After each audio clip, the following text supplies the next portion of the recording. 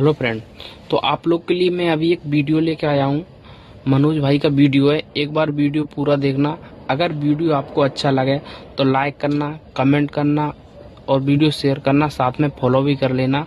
एक बार वीडियो जरूर देखना पूरा, क्योंकि वो वीडियो ऐसा है आपके सोए हुए अरमानों को वो जगा देगा। आपसे मेरा एक सवाल है, अगर आप इस वक्त अभी मर जाते हैं तो कितने लोगों को फर्क पड़ेगा? अगर सच बताऊं तो फर्क पड़ेगा सिर्फ आपके माँ बाप को और आपके परिवार को, इसके अलावा और किसी को फर्क नहीं पड़ेगा।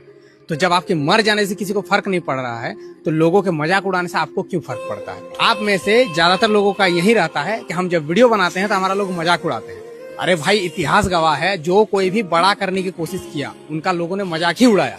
यहाँ तक कि दशरथ मांझी जी जब पहाड़ काटने जा रहे थे तो भी लोग बोल रहा था कि साला पगला गया है, पहाड़वा काटने जा रहा है। लेकिन आज पहाड़ काट दिए हैं तो उनका नाम इतिहास में लिखा गया है। तो इसीलिए लोगों के मजाक उड़ाने पे परवाह नहीं करो और अपने काम पे फोकस करो।